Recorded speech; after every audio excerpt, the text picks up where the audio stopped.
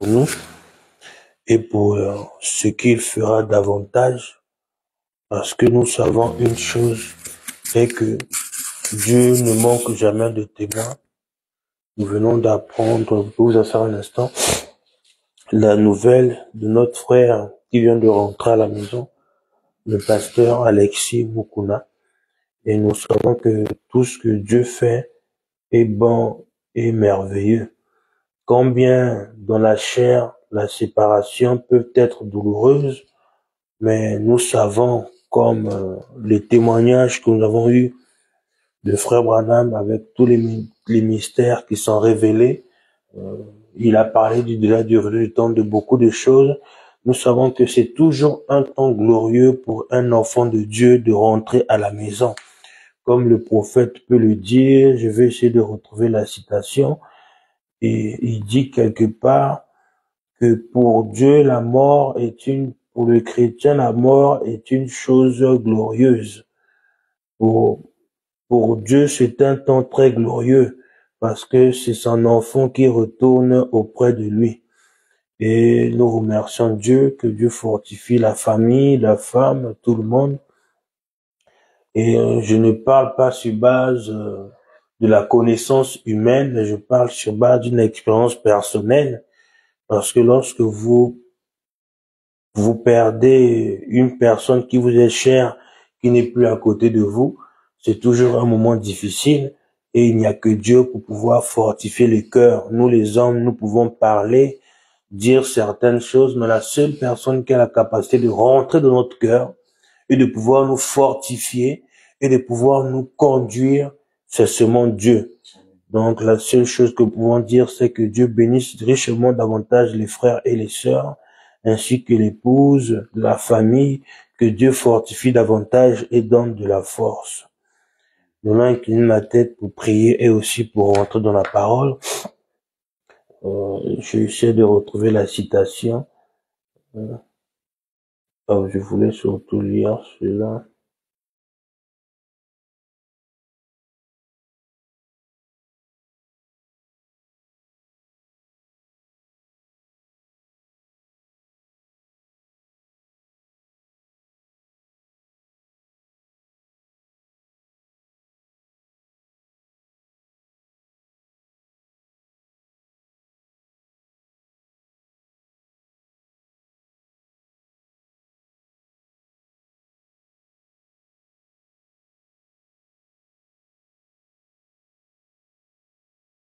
Donc, j'essaie de voir la citation, parce que c'est une citation qui réconforte beaucoup.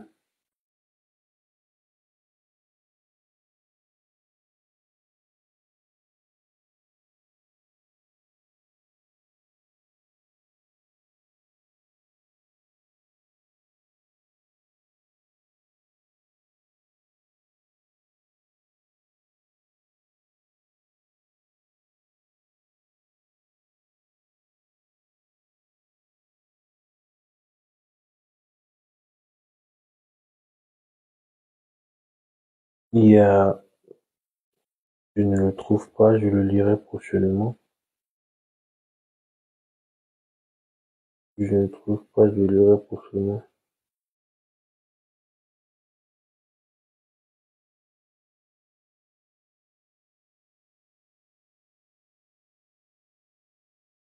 Là, je veux quand même lire cela.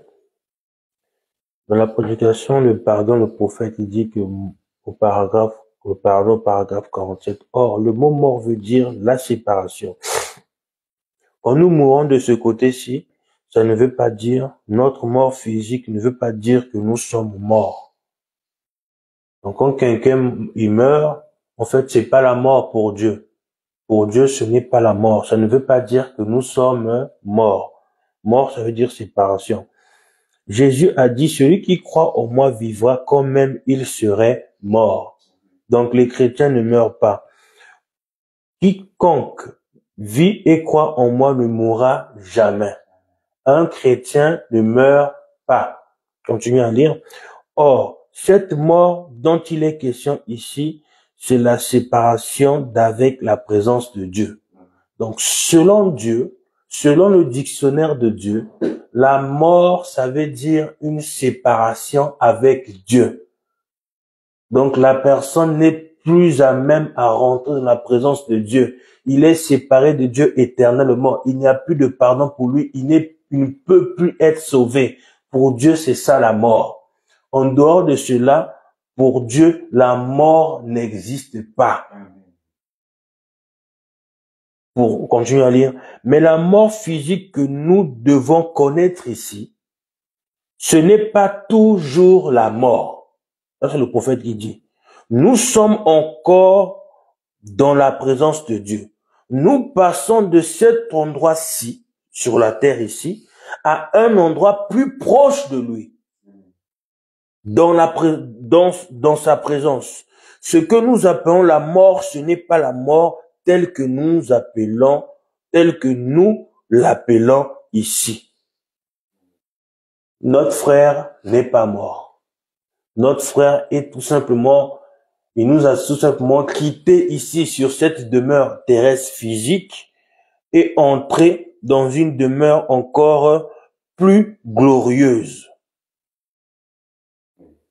Donc nous comprenons que pour Dieu, la mort, ça n'existe pas. La mort pour Dieu, c'est une séparation totale avec lui.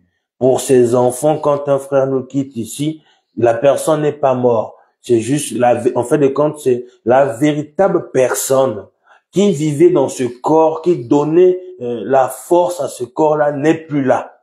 Il est parti. En fin de compte, le corps physique dans lequel nous sommes ici, c'est tout simplement un négatif. Mais le véritable, nous, c'est notre âme qui est à l'intérieur, qui donne la force à cette voiture, à ce corps. On peut prendre la voiture.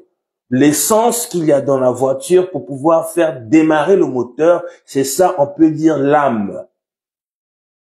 Donc, si on enlève l'essence de la voiture, même si la mécanique, elle est bonne, la voiture ne pourra pas démarrer. Même si la chambre de combustion, là où l'essence est brûlée, on va dire le cœur est en bon état, la chambre de combustion, là où l'essence est brûlée, pour pouvoir donner l'énergie au moteur, tout le système mécanique est en bon état. S'il n'y a pas l'âme dans le cœur de l'homme, c'est rien. S'il n'y a pas l'essence, la voiture ne peut pas bouger. Même si vous prenez les gens pour pousser la voiture, ça ne va, les gens finissent par se fatiguer. Mais ce qu'on a besoin, c'est du carburant.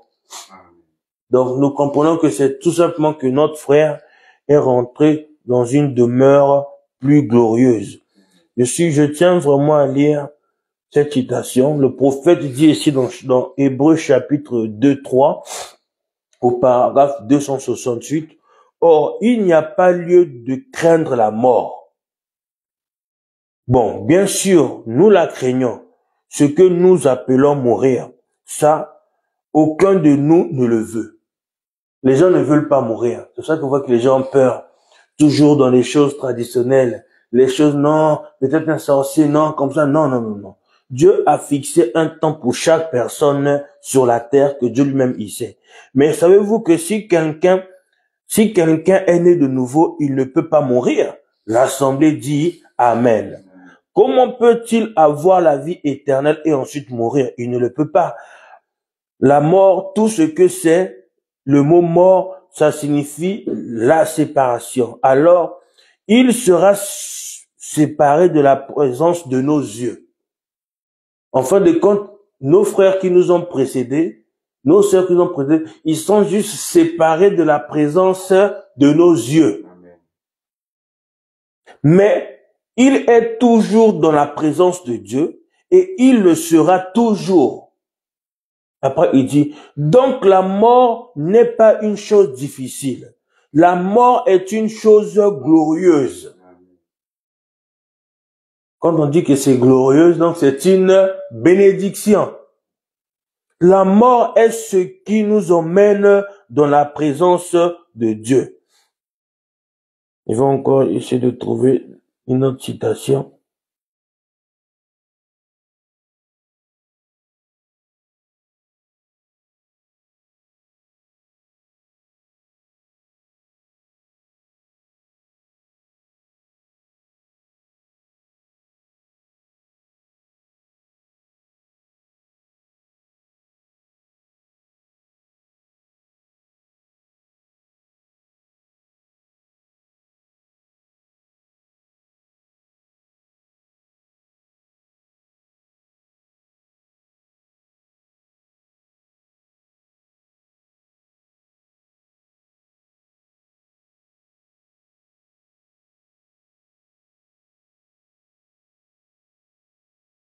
Alors, je pense que je ne le trouve pas. Je vais le prendre, je le lirai prochainement alors quand je le trouverai. Si on peut rentrer dans la parole, si vous pouvez prendre avec moi vos Bibles et vous lever, nous allons continuer notre sujet. Nous allons lire tout dans notre passage dans Amos chapitre 3 verset 7.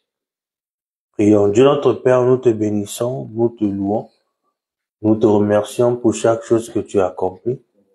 C'est vrai que les séparations sont toujours douloureuses et difficiles, mais nous te prions, Seigneur Jésus-Christ, de fortifier tout un chacun et de pouvoir aider tes enfants qui ne voient pas le danger, afin que ceux-ci puissent davantage s'affermir à ta parole.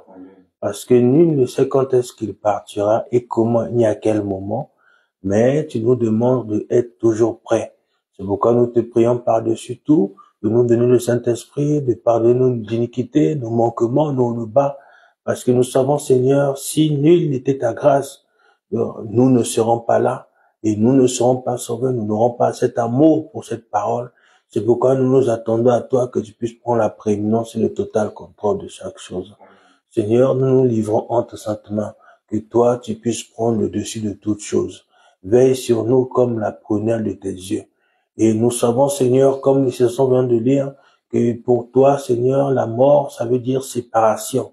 C'est tout simplement un temps de séparation, mais il y a une promesse qui est dit que nous allons nous voir là-bas dans la gloire. Car si tu viens demain, Seigneur, tous ceux qui nous ont précédés vont ressusciter et nous irons ensemble dans les airs à ta rencontre. Amen. Nous te bénissons pour toutes ces promesses et cela nous rassure. Comme Job pouvait dire, même si les asticots pouvaient se nourrir de mon corps, je sais que mon Rédempteur est vivant et qu'il me ressuscitera au dernier jour. Amen. Seigneur, cela c'était une joie, un réconfort pour Job. Je peux encore penser à Marthe et Marie ce jour-là devant la tombe de Lazare.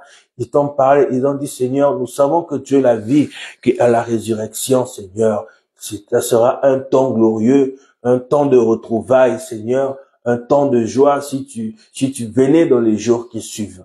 Mais Seigneur, même dans les jours qui suivent, le temps que tu viennes, Seigneur, même si c'est dans 3 jours que tu viennes, les 2 jours qui vont suivre, Seigneur, laisse qu'un temps glorieux de la manifestation de la puissance du Saint-Esprit puisse prendre la prééminence de notre vie et manifester chaque promesse divine conformément à ta parole, Seigneur. Merci pour tout. Nous te prions de bénir ta parole, car c'est un point très délicat que nous allons toucher ce matin. Que tu puisses écarter l'homme, que toi, seul Dieu, tu puisses prendre la prééminence, afin que tout qui sortira puisse donner la vie à tes enfants. Merci pour ce que tu as pour nous. Et dans le nom puissant de Seigneur Jésus-Christ, nous savons que tu es Dieu et roi, tu ne faillis pas. Amen. Lisons Amos chapitre 3, verset 7. Excusez-moi. Amos chapitre 3, verset 7.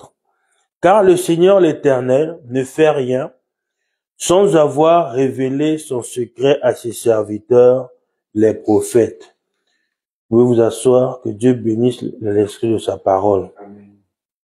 Donc, nous continuons toujours sur notre sujet. Nous continuons toujours sur notre sujet. C'est l'importance du prophète dans le camp. Et ce matin, il y a un point très fondamental que je vais toucher. C'est de ne pas rajouter à ce que la parole dit et de ne pas enlever à ce que la parole dit, à ce que le prophète a révélé, que nous ne pouvons pas enlever et retirer. Parce que nous voyons aujourd'hui que l'état spirituel des gens aujourd'hui est la conséquence de ce qu'ils ont reçu. L'état spirituel de la vie des gens aujourd'hui est la conséquence de la vie des prédicateurs qu'ils ont transmis aux gens. Mais la responsabilité des gens dont ils n'ont pas veillé lorsqu'ils ont reçu cela, c'était d'agir comme les chrétiens de Bérée. Quand Paul venait, même il prêchait, les chrétiens de Bérée prenaient la parole et vérifier cela avec la Bible si c'était exactement comme ce que les prophètes avaient dit. Mais aujourd'hui, nous avons affaire à des gens qui sont comme des moutons. Je suis désolé de l'expression. Que tout ce que les prédicateurs disent, ils les prennent sans pourtant de fois vérifier. C'est pour ça qu'il est très important, de le dire ce matin, même si ça tranche à gauche, à droite, ce n'est pas important, ce n'est pas un problème, mais nous devons rester avec la parole. Le prophète dit répéter et ne dire que ce qui est dit dans les bandes. Amen. Donc, de ne pas donner aux gens notre compréhension de ce que nous avons saisi dans la parole, alors que la parole dit autre chose. Donc, c'est un point très particulier que je vais toucher ce matin. Et ça va un peu aller, ça sera un peu dur. Mais je crois que ce qui est bon, quand ça fait mal, ça aide toujours. Parce que la vérité fait toujours mal. Et ça, à la fin, arrive à un certain moment, ça fait du bien à celui qui le reçoit, qui l'accepte. Donc, nous étions arrêtés dimanche dernier à cette citation. Je vais essayer de faire un peu de la place ici. Je pense que Dieu pourvoira plus tard. Nous étions arrêtés à cette citation dans le Cétage de l'Église au chapitre 5 à la page 164. Ceux qui sont de l'épouse ne font que sa volonté. Nous savons que la première volonté de Dieu, c'est la voie magistrale. Et la voie magistrale de Dieu, c'est la Bible, c'est la parole. Donc, elle était d'abord sous forme de pensée. Dans la pensée de Dieu, elle était d'abord sous forme de pensée, cachée, voilée aux hommes. Mais Dieu, pour pouvoir permettre aux hommes de pouvoir lire, connaître ses pensées, il fallait maintenant que Dieu envoie des prophètes à un certain temps sur la terre, à une certaine époque. Et quand on dit que nous pouvons, on parle la Bible, dedans on parle des 3 Bibles. La première Bible, c'est les étoiles, la nature. La deuxième Bible, nous avons la pyramide de Enoch, parce que dedans, vous allez comprendre aussi beaucoup de choses, il y a tous les mystères pour comprendre. Et l'autre Bible, nous avons celle qui est écrite ici. Mais quand vous prenez les 3 Bibles, vous la mettez ensemble, aucun ne se contredit. Amen. Eux tous, ils disent la même chose. Parce que quand vous allez prendre les zodiaques, la première venue de Christ, j'ai toujours du mal avec la cravate, la première venue de Christ, c'était sous une vierge, le signe de la vierge. Et quand on suit le signe des zodiaques, on arrive au dernier signe qui est le lion, c'était la dernière venue de Christ. Si je me trompe pas. C'est là-bas que vous allez voir que tout ce que Dieu a mis comme plan de rédemption dans le naturel, donc cela, quand on prend la Bible, ça ne peut pas contredire la Bible. Donc la volonté de Dieu, la première volonté de Dieu, c'est d'abord la voie magistrale qui est la parole révélée, qui est la Bible et ce que Frère Branham a dit. Continue à lire. Personne ne peut leur faire autre chose. Donc si quelqu'un il devient l'épouse de Christ, on ne peut pas lui faire autre chose que ce qui est dit dans la parole. Parce que quelqu'un il devient épouse par un acte de mariage qui est le baptême du Saint-Esprit dans son âme. C'est là-bas qu'il devient l'épouse de Christ. Amen. Parce que l'épouse de Christ, comme ce qu'on entend, ce n'est pas celle seulement qui écoute les bandes. Quand on lit la parole, l'épouse de Christ, c'est celle ou celui qui a le Saint-Esprit. À ce moment-là, vous devenez épouse de Christ. Continue à lire. Ils ont ainsi dit le Seigneur, où ils restent tranquilles. Ils savent qu'il faut que ce soit Dieu en eux qui fasse les œuvres, qui accomplisse sa propre parole, comme il n'a pas terminé son œuvre entière lors de son ministère terrestre, il agit maintenant dans son épouse et à travers elle. Durant la venue de Jésus-Christ sur la terre, durant la venue de Dieu lui-même sur la terre, il avait un ministère qu'il devait accomplir, mais il l'a fait. Mais le reste du ministère qui lui restait à accomplir, révélait certains mystères. Pour pouvoir le faire, il l'a fait au travers de son épouse. Et aujourd'hui, il continue toujours à faire la même chose au travers de vous et au travers de moi, parce que nous constituons l'épouse. Et l'épouse est constituée de plusieurs membres qui sont dans diverses églises. Parce que l'épouse n'est pas une personne. Mais selon les types, une personne peut représenter l'épouse.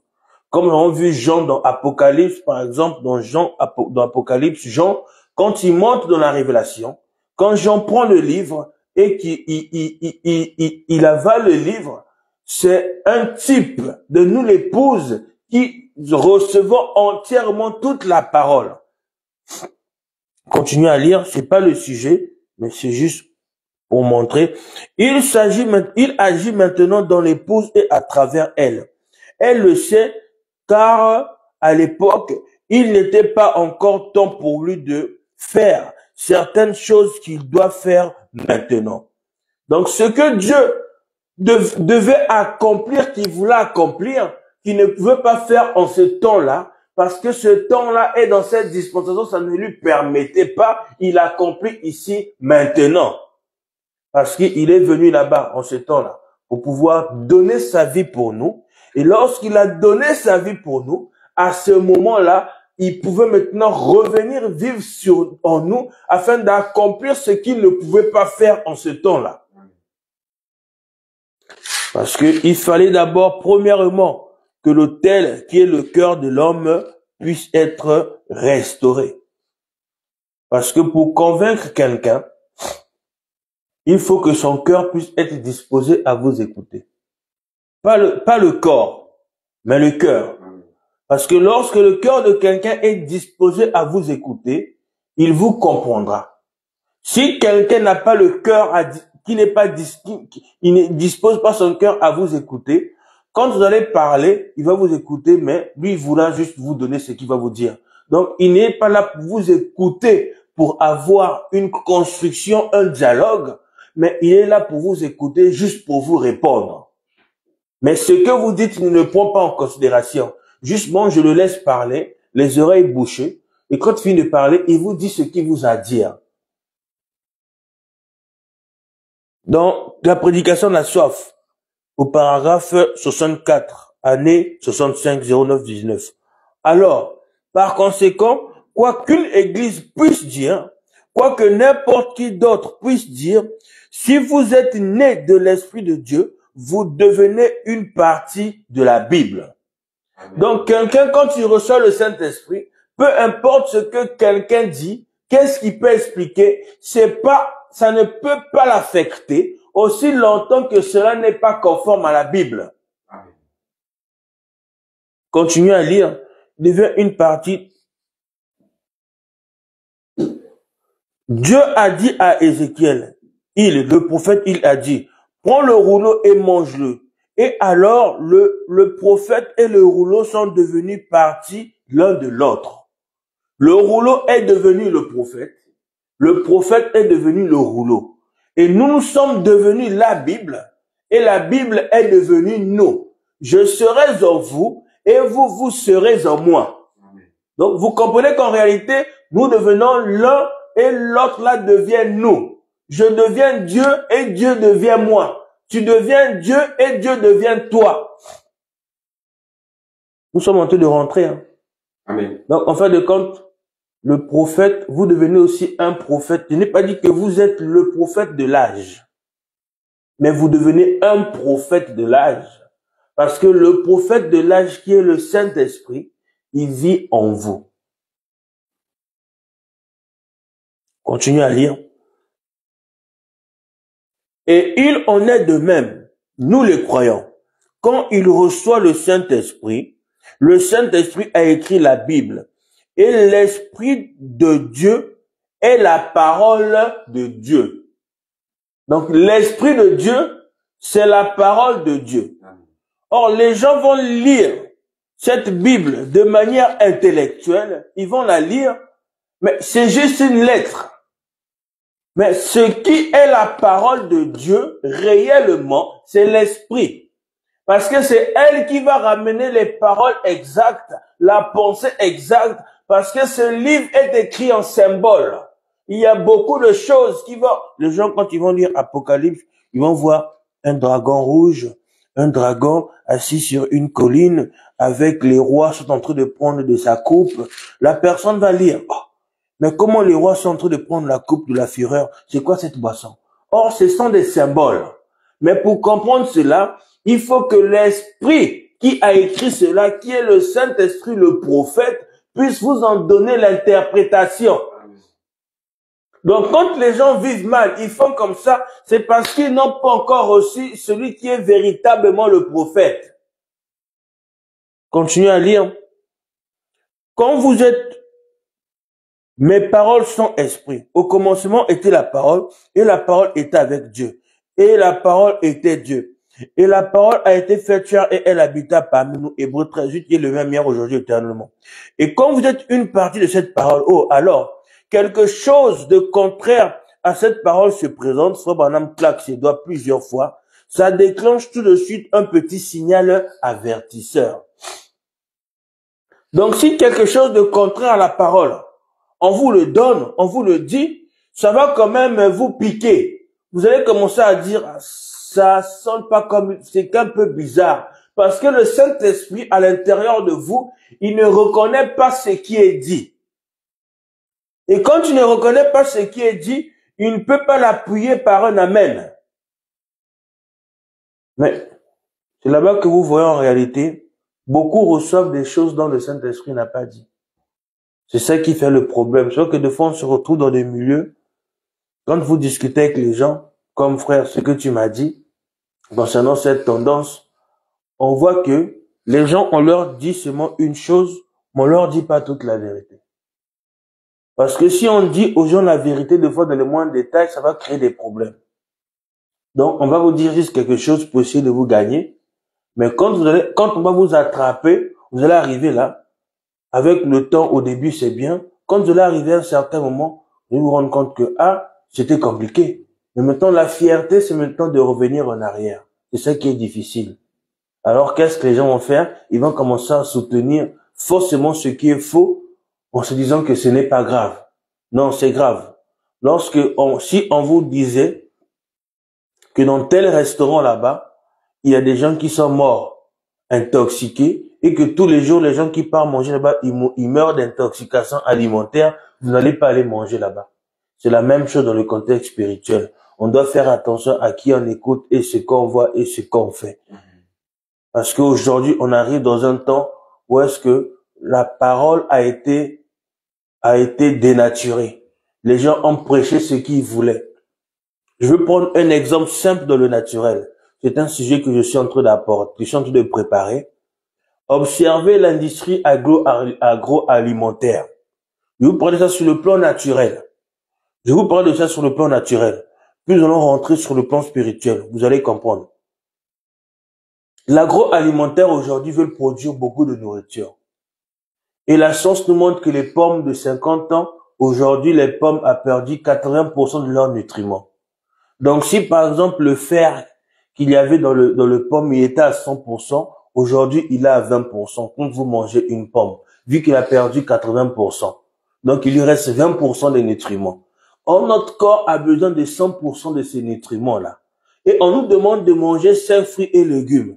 Et quand on voit les nutriments qu'il y a dans tous ces légumes aujourd'hui, avec tous les produits qui sont en train de mettre les pesticides, tous ces légumes ont perdu les nutriments. Mes frères, les nutriments là qu'on a besoin, notre corps ne retrouve pas dans les légumes et dans les fruits. Si on mange ça, notre corps va juste recevoir des aliments sans avoir des nutriments nécessaires pour lui donner de la force.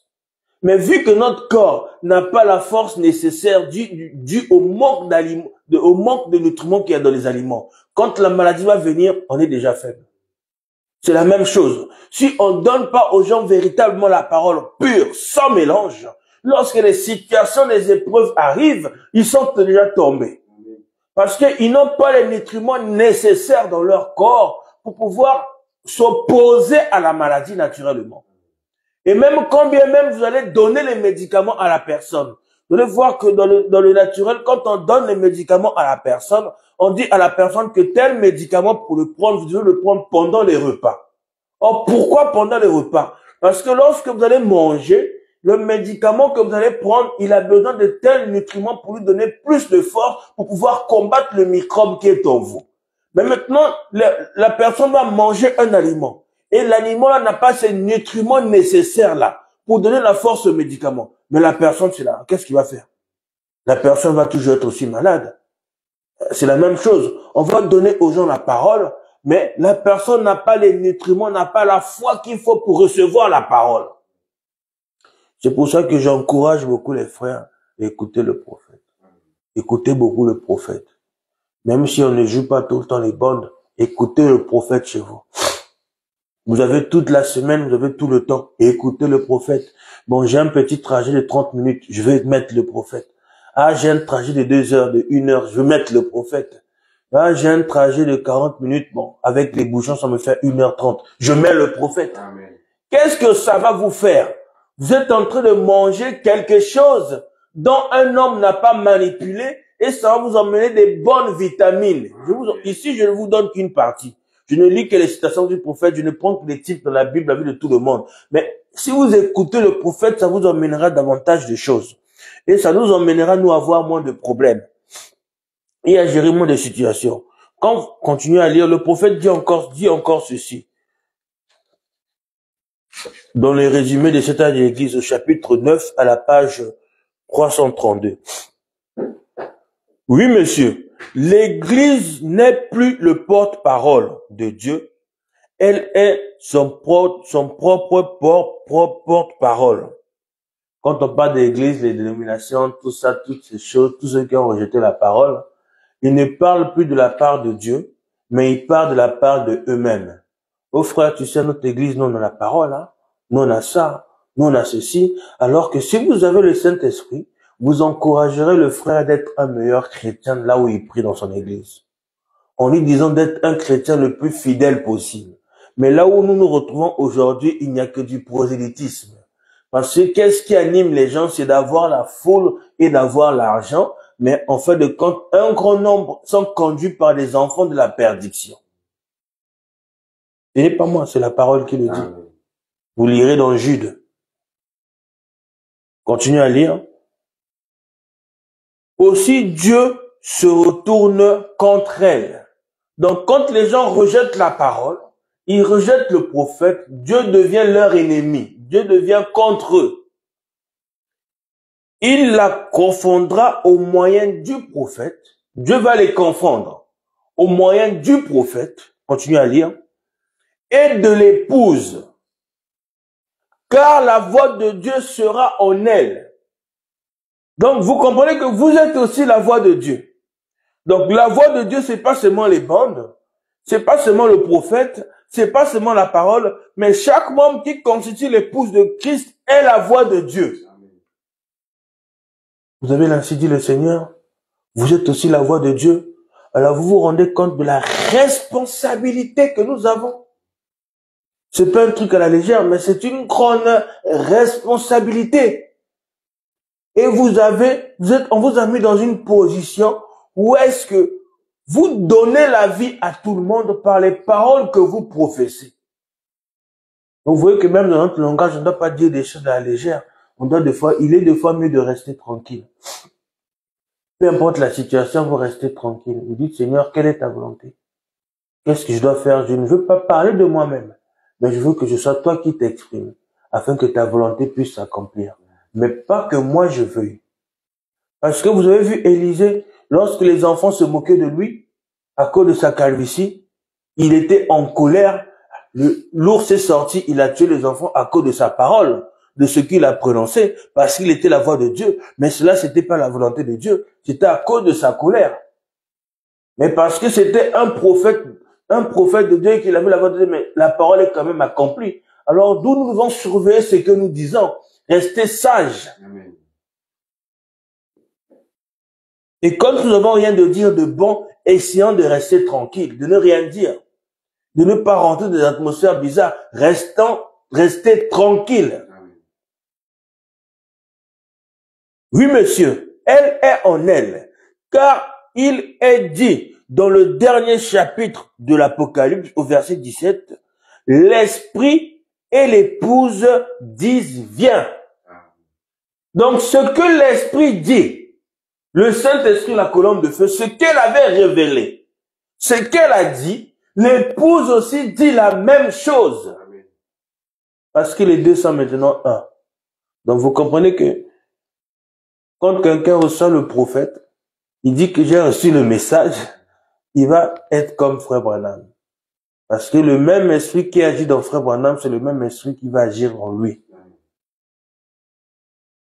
Donc l'épouse de Christ est aussi la voix de Dieu. Et les deux, ils ont le même langage. Excusez-moi, plus bas le prophète dit ceci. Une fois encore, le monde entendra ce qui vient directement de Dieu. Donc, quelqu'un, même quand il y a des situations, certaines choses, eh bien, il a prié. Vous allez venir lui parler, lui donner la réponse. Ça sera une réponse directement de Dieu. D'où l'importance pour nous de maintenir une certaine qualité de vie. Comme à la Pentecôte. Mais il est évident que, comme dans le dernier âge, cette épouse parole sera repoussée. C'est normal, frère. On vous repousse. Ah, et là, il veut montrer quoi? Hein? Des radicalistes, des gens comme ça. Oui, on va vous repousser. On ne va pas vous apprécier. Votre position avec les Écritures ne va pas plaire à tout le monde. Quand bien même vous ne comprenez pas ce que la personne y croit, ce qu'il explique, c'est flou, vous trouvez qu'il manque des choses, mais vous n'allez pas adhérer, mais vous allez avoir une certaine position, la personne, ça va le repousser. Parce que c'est deux natures différentes. Pendant l'adoration, lorsque Caïn était en train d'adorer, Abel était adoré, là, il y a toujours eu des problèmes pendant l'adoration. Caïn a vu l'adoration de notre Dieu, a dit Amen.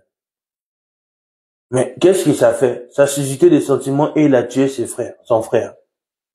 La même chose a chevauché depuis la Genèse jusqu'à aujourd'hui, l'adoration. Et c'est toujours... Parce que vous allez voir que c'est un problème spirituel. C'est pas le voisin, c'est pas la sœur, c'est pas le frère, c'est pas les églises. Non, c'est un problème spirituel. C'est pour ça que Paul pouvait dire, nous ne combattons pas contre la chair et le sang, mais contre les esprits. Amen. C'est pour ça qu'aujourd'hui, tout ce qu'on voit, c'est un problème spirituel. On ne peut pas le voir avec les yeux humains, mais vous devez prendre la parole de Dieu. C'est ça qui marquera la différence. Parce que même quand on arrive à un moment avec le prophète Élie, lors de l'adoration encore, Élie dit, écoutez, faites votre autel, nous aussi on fait notre autel. Donc quand vous voyez tout ça nous rentrons, le messager, le Saint-Esprit,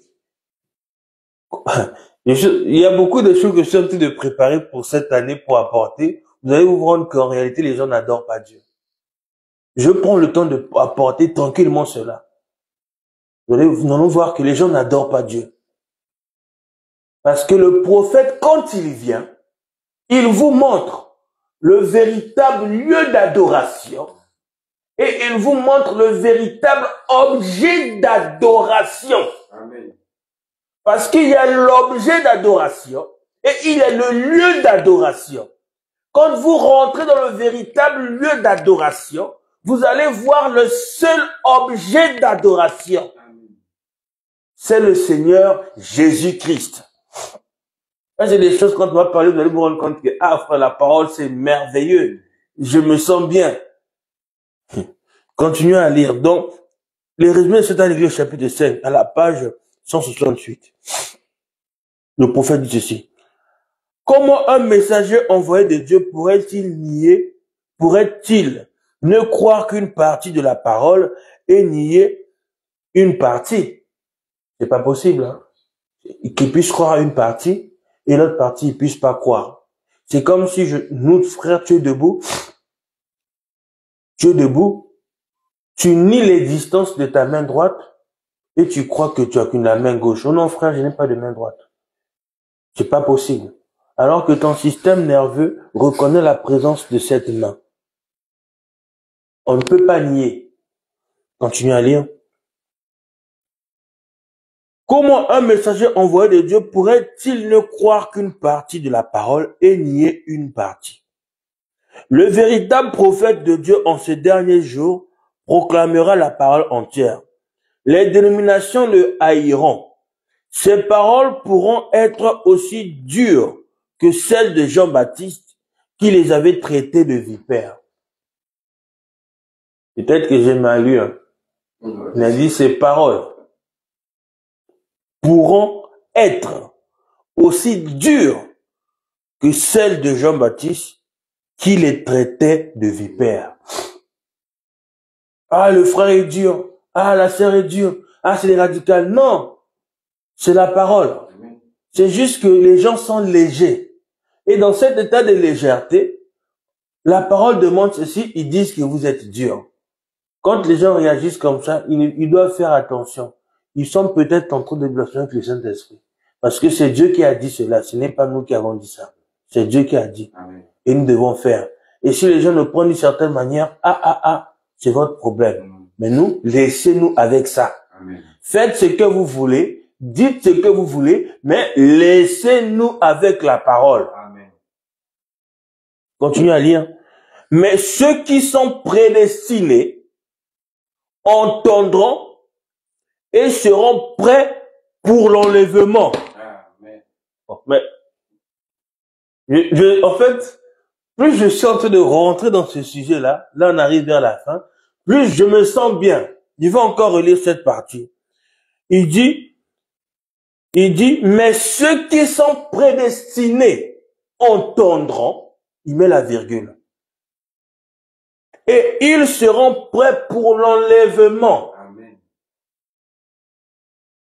Donc, quelqu'un ne peut pas dire qu'il est prédestiné et il rejette le message. Non, parce que ceux qui entendront le message, donc qui vont recevoir en matière de parole, en matière de qualité de vie, ils seront prêts pour l'enlèvement. Combien la mort vient de les retirer, ils vivent toujours dans cette expectative-là. Donc oui, nous avons le Saint-Esprit, nous sommes prêts pour l'enlèvement. Parce que ce n'est pas nous qui l'avons dit, mais c'est la parole qui nous a dit ce que nous sommes, que nous devons être, que nous sommes maintenant. Donc parce que nous sommes l'épouse, nous avons entendu le message, nous avons reçu le message, nous avons reçu le Saint-Esprit, alors nous sommes prêts pour l'enlèvement.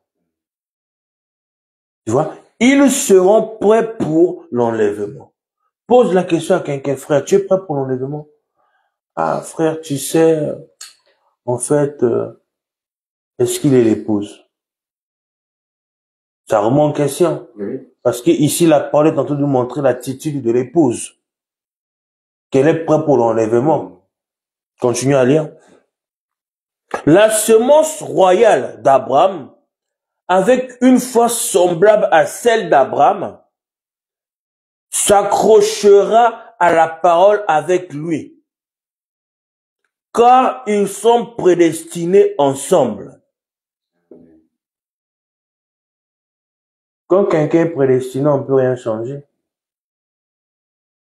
C'est comme vous prenez cette tablette, ou bien vous prenez le téléphone. Elle est conçue avec tout le programme dedans. Elle est prédestinée déjà à être allumée parce que la batterie est chargée, elle est juste éteinte. Vous prenez le téléphone là, vous le mettez dans n'importe quel endroit, dans n'importe quelle gare, vous laissez le téléphone. Elle est chargée. N'importe qui va passer, qui va le prendre, va l'allumer. Parce qu'elle est prédestinée à être allumée à cause de la présence de la batterie qui est rechargée.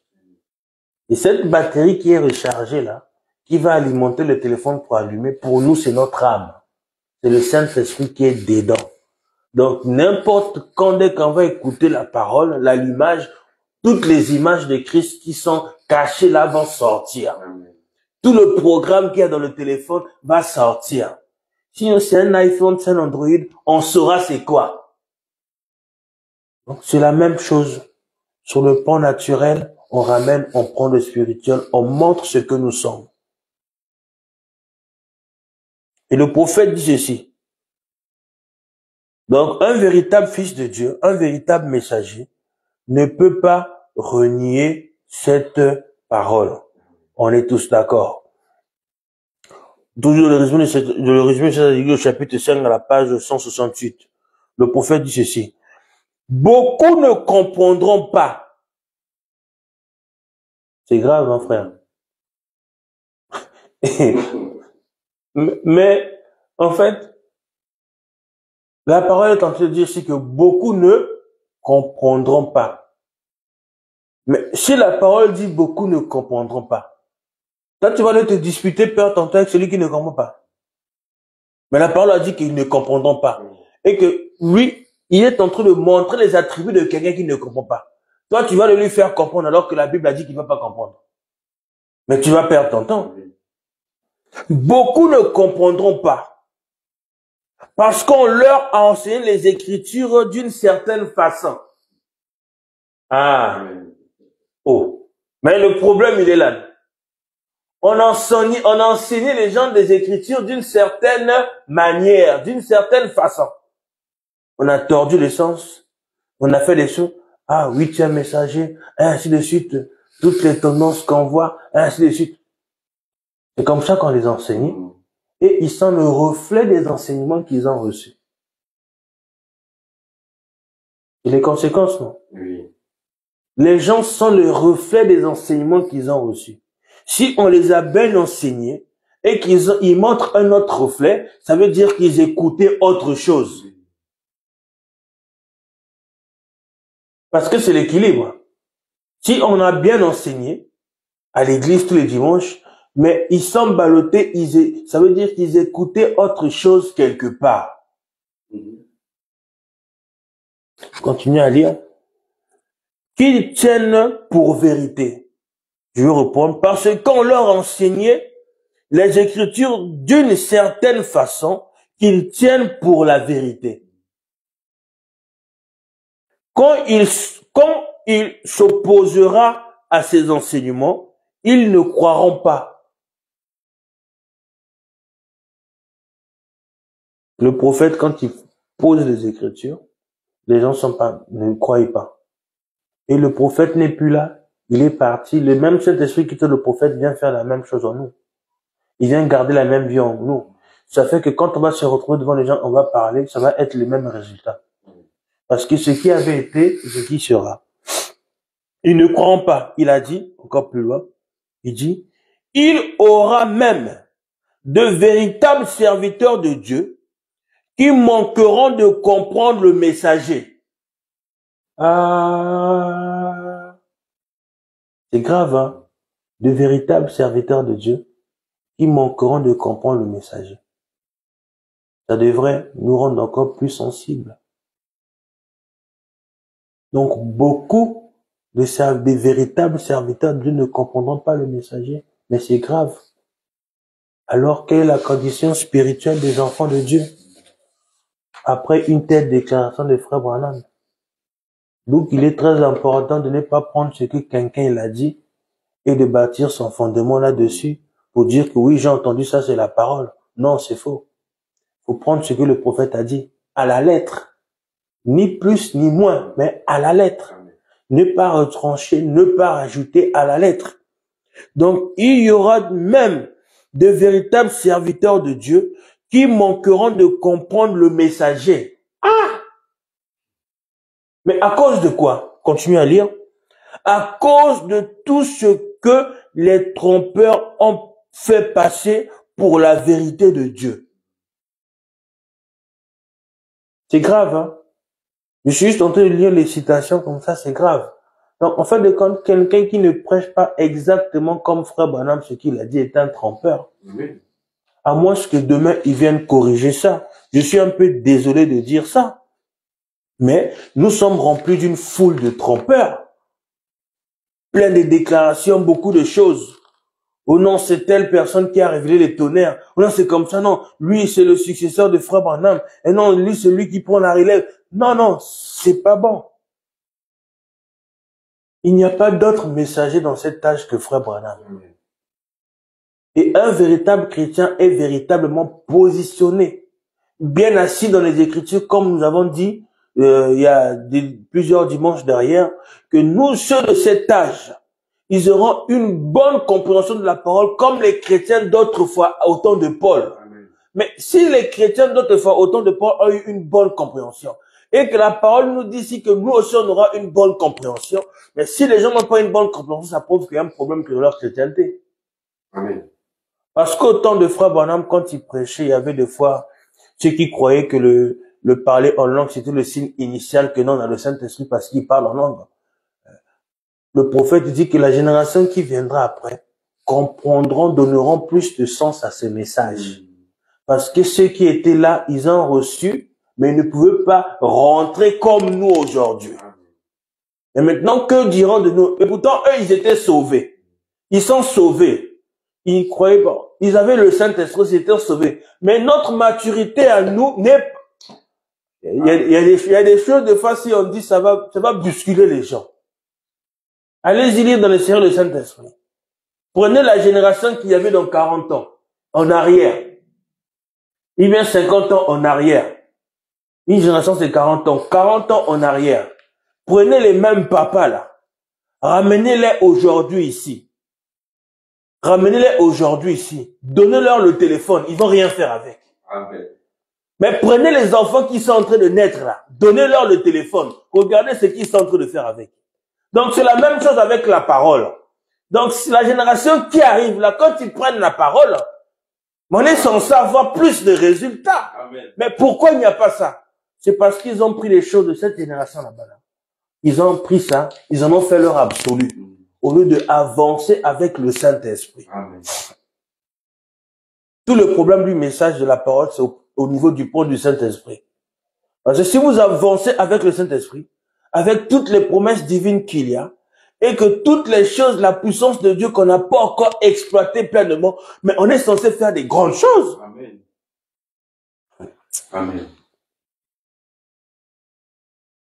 Le prophète dit la prédication de la simplicité. Dieu se cache sur de la simplicité au paragraphe 386. Écoutez, permettez-moi de dire ceci rapidement. Même les visions que Dieu donne ici, dans ce lieu, elles sont tellement mal comprises. C'est pour cette raison que vous m'entendez dire sur les bornes, dites ce qui est dit sur les bornes. Dites ce qui est dit dans les visions. Maintenant, si vous êtes tellement bien réveillés,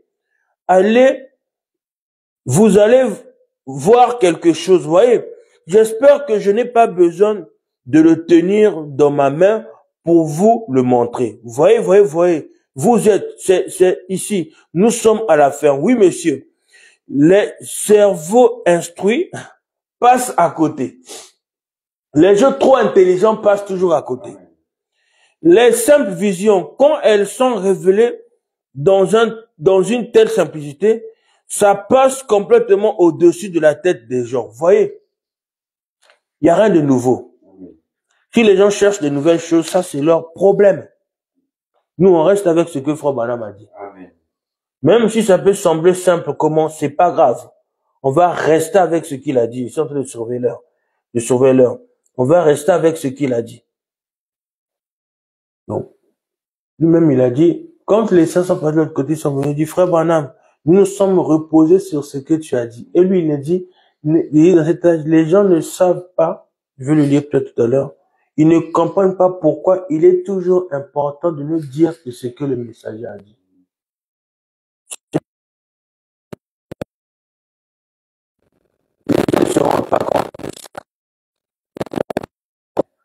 Parce que c'est ça qui va constituer votre armure, votre vie.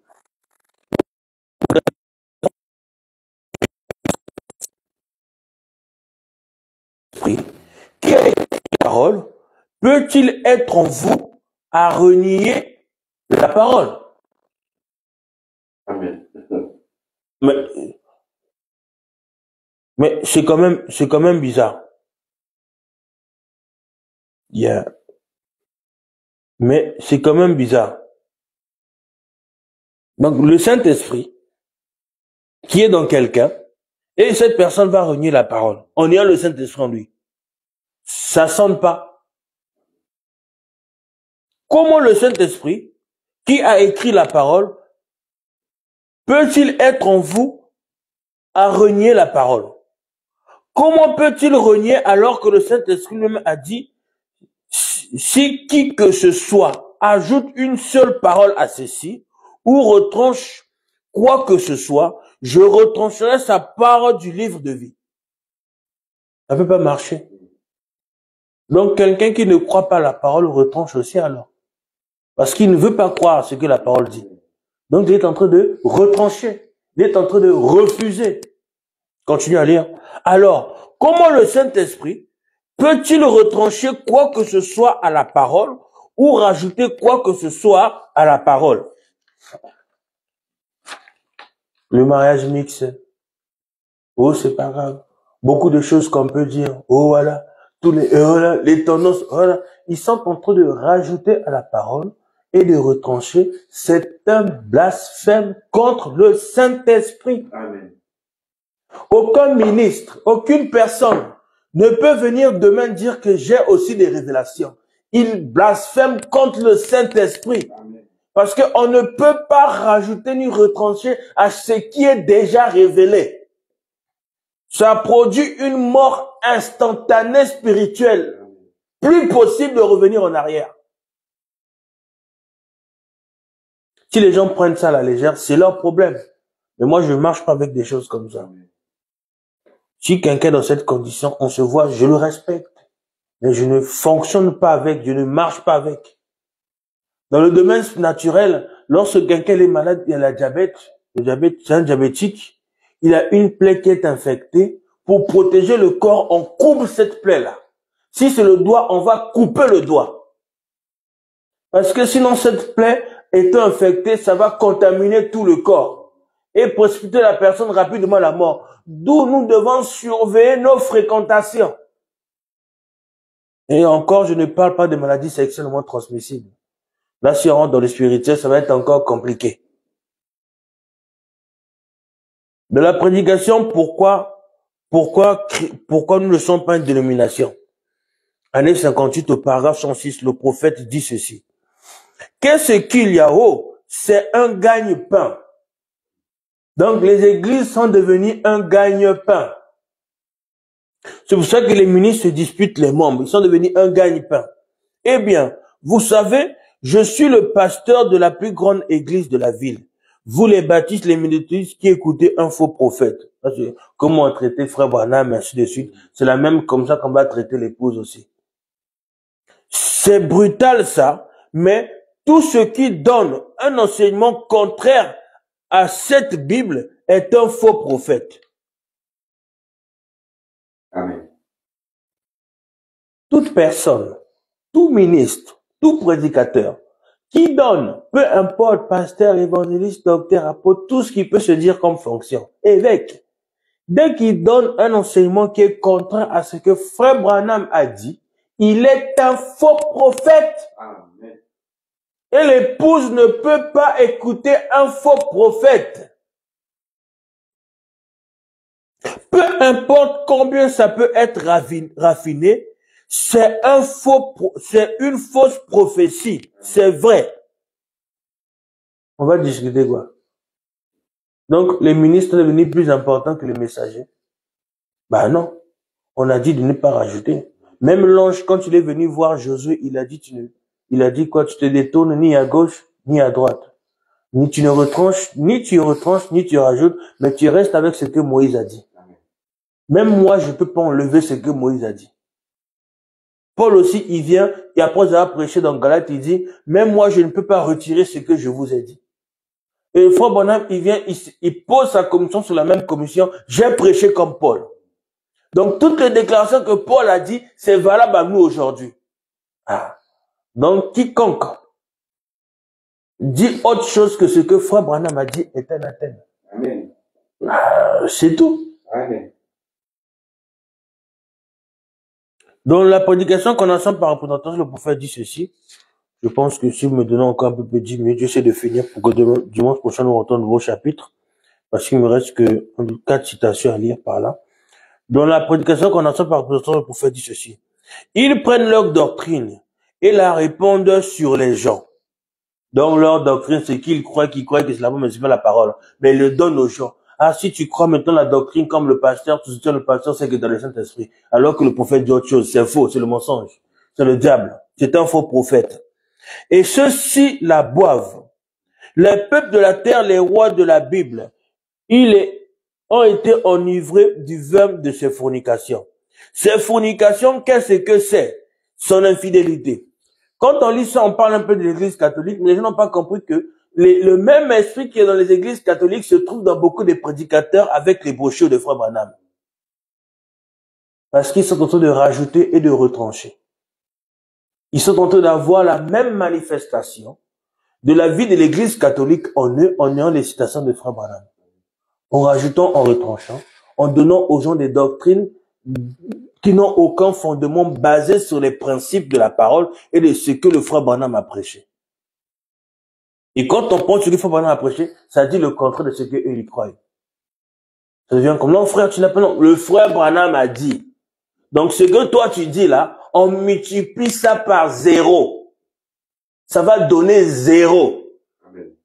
Même si ce que tu dis là, c'est des millions, on va multiplier ça par 0. Amen. Parce que ça ne va apporter aucune vie à quelqu'un. On n'aura aucun bien là-dedans. C'est ça que vous voyez les gens, ils s'entendent pas toujours dans les rancœurs, de la haine, dans toutes ces choses, l'hypocrisie, la manipulation. Il n'y a pas l'authentique sincérité.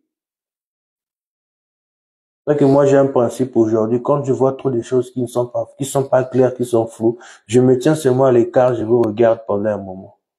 Si on se croise, oh, bonjour frère, ça va bien, voilà. Parce que vous devez garder votre expérience, vous devez garder votre paix, vous devez jalouser toutes les expériences et tout ce que Dieu est en train de faire pour vous, qu'il fera davantage si vous entretenez ce qu'il a fait maintenant. Continue à lire. Ces fornications, qu'est-ce que c'est? Son infidélité. Une femme qui commet des fornications est infidèle à son mari. Une église qui commet des fornications prêche quelque chose qui n'est pas la parole de Dieu. Ce qui rend l'église hybride. Qu'est-ce qu'un hybride? C'est quelque chose qui ne peut pas se reproduire, qui ne peut pas donner la vie.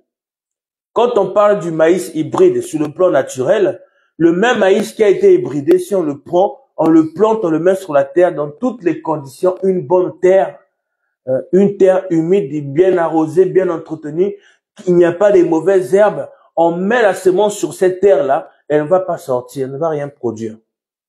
Parce qu'elle est morte. L'hybridation produit la mort.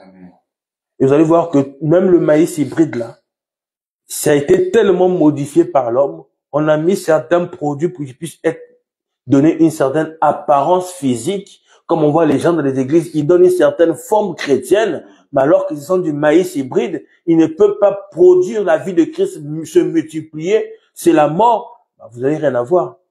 Mais regardez sur le plan naturel, tous ces aliments hybrides qu'on mange, c'est en train de produire de nouvelles maladies aujourd'hui. Le cancer, toutes ces choses, le diabète, parce qu'ils ont rajouté du sucre pour avoir plus de goût, ainsi de suite. C'est la même chose dans le plan spirituel. On a donné aux gens des choses qui ne sont pas la parole. Ça fait des croyants hybrides. Ils sont remplis de maladies spirituelles. Le mensonge, toutes ces choses, ainsi de suite. Il n'y a pas de mal. Parce qu'on est bon frère à l'église. Non. Il faut que les gens se remettent en question. Est-ce qu'ils ont véritablement reçu le Saint-Esprit? Même un ministre, il y a un moment, il doit s'arrêter, même un pasteur, se remettre en question. Depuis que je prêche là, est-ce que je suis en train de transmettre la vie? Est-ce que ça influence les gens à avoir encore plus soif de Dieu et de prendre position pour la parole? Si la vie est correcte, et ce que je prêche c'est correct, mais pourquoi là-bas ça ne va pas? On va aller chercher, on va aller fouiller. Mais c'est ce que Josué a fait. Lorsque Achan a caché le lingot d'or et la veste de Shinéar, Josué a dit non, moi je suis correct. Seigneur, ce n'est pas ce que tu m'as promis. Qu'est-ce qui ne va pas? Mais Josué a convoqué le jeune et on a trouvé Achan avec le lingot d'or. Mais ils l'ont tué. Vous voyez que l'église doit se satisfaire, non des enseignements littéraires, ou bien comme on donne un cours de français, mais de la présence et de la manifestation du surnaturel. C'est ce qui doit nous plaire.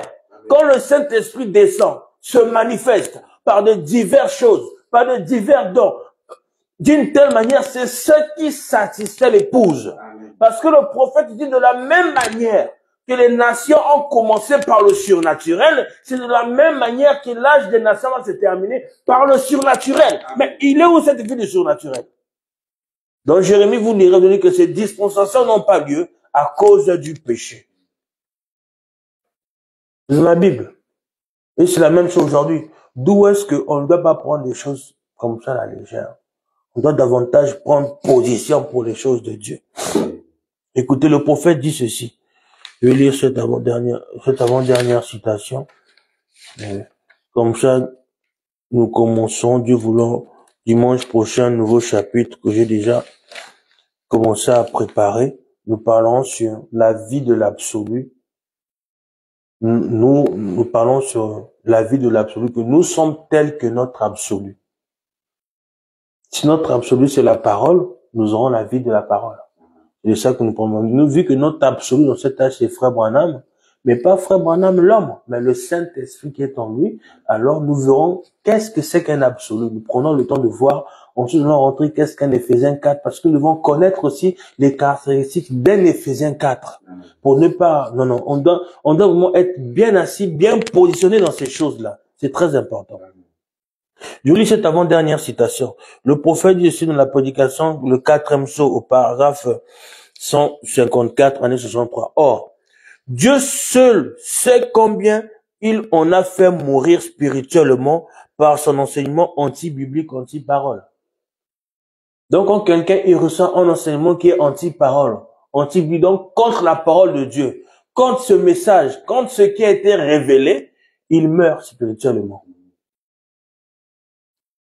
Continue à lire. Ceux-là, ce sont les 68 millions qu'il a passés au fil de l'épée pour les faire mourir. Il doit y en avoir littéralement des milliards qui sont morts spirituellement par son faux enseignement. Ce n'est pas étonnant qu'il ait pu se nommer la mort. Quand vous partez lire dans les 7 sceaux, vous allez voir que de quoi le prophète est en train de parler, c'est toujours le même cheval qui chevauche. Et il est toujours en train de chevaucher. La mort. La mort spirituelle est en train de chevaucher par les prédicateurs qui vont prêcher des choses qui ne sont pas conformes à la parole pour produire la mort dans les gens qui ont été prédestinés à ne pas recevoir la vie. Parce que ce message, cette parole, c'est une question de prédestination. C'est rien d'autre. Si Dieu a prédestiné quelqu'un à recevoir la parole du Saint-Esprit, la personne va le vivre. Vous n'aurez pas besoin de le forcer. Si Dieu a prédestiné quelqu'un d'être dans l'embrouillement, il sera dans l'embrouillement. Il sera comme ça. Vous n'allez pas... Mais ce que vous devez faire, c'est de toujours projeter l'amour. Toujours respecter la personne. Autant fixer si c'est un Thomas, Dieu fera ce qu'il fera pour lui et on sera de la joie. Parce que chacun de nous a une responsabilité. Je vais lire cette dernière citation, après je vais m'arrêter. Ça sera la clôturation, la fin de notre chapitre sur l'importance du prophète. On voit que tout ce que le prophète dit, on ne doit pas rajouter, on ne doit pas retrancher, on doit faire comme il a dit, sinon ça produit la mort. C'est ça que je lis les citations, je vous donne les références, je prends des types de la Bible, les types de l'actualité, dans le naturel pour vous donner. Et écoutez le prophète ici dans la prédication, allumer la lumière au paragraphe 69. Le prophète dit au paragraphe 69. Le pain qu'il nous faut se trouve dans la Bible. Pour se nourrir, on doit manger. Mais ce qu'il nous faut se trouve et dans le message. C'est la même chose. Elle est la révélation complète du plan de Dieu. La Bible. Elle est la révélation complète de Jésus-Christ. Toujours la Bible. Nous n'y ajoutons rien ou en retranchant rien. Quiconque le fait, son nom sera retranché du livre de vie. C'est pas moi. Quiconque le fait, son nom sera retranché du livre de vie. Nous n'avons aucunement besoin que des crédits y soient ajoutés. Elle est écrite exactement comme elle doit l'être. Nous n'y ajoutons rien, nous n'en retranchons rien. Nous la prêchons telle qu'elle. Et c'est Dieu qui se chargera de la manifester. Toutes ses promesses, ce qu'il a promis, il le manifestera tel quel. Nous ne devons ni en retrancher, ni y ajouter quoi que ce soit.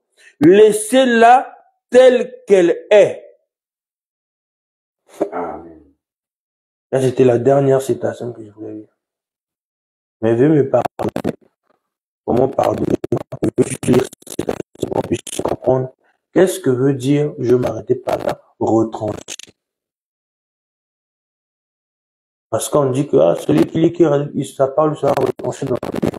Mais retrancher, ça veut dire quoi? Faut qu'on doit comprendre pour pouvoir bien saisir. Donc, on va s'arrêter pour cette dernière citation. Veuillez me pardonner. Au paragraphe, de la prédication, l'âge de l'église d'Éphèse, au paragraphe 86, le prophète dit ceci en année 60. C'est pour cela qu'il a donné cette révélation à l'église et a dit, quiconque en retranche ou y ajoute, sa part sera retranchée du livre de vie. Ça veut dire être perdu, frère. Ne touchez pas à la parole de Dieu. Peu importe qui est blesse ou ce qu'elle blesse, proclamez-la quand même. Exactement comme elle est écrite ici, c'est ainsi qu'il faut le faire. Nous n'avons pas besoin d'un super quelque chose d'autre. Nous n'avons pas besoin de prêtre ou quoi que ce soit pour nous l'interpréter. C'est Dieu le Saint-Esprit qui est l'interprète. C'est lui qui a donné, c'est lui qui donne, c'est lui qui en donne l'interprétation. Nous avons fini notre chapitre. Donc on ne peut pas rajouter, on ne peut pas retrancher, peu importe qui ça blesse, on l'a dit, sinon on est perdu. Alors vous imaginez un peu la responsabilité d'une personne qui se tient derrière cette chair, qui prêche. Est-ce qu'il prêche pour aider les frères à être de véritables chrétiens ou bien il prêche pour faire plaisir à tout le monde?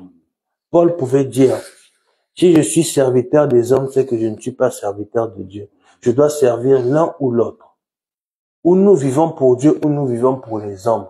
Nous devons vivre pour l'un ou pour l'autre. Que Dieu vous bénisse richement. Inclinons nos têtes, prions. Si on peut élever la voix ensemble. Éternel Dieu Tout-Puissant, notre Père, ce fut un enseignement, comme tu nous as conduits, de pouvoir apporter certaines lignes.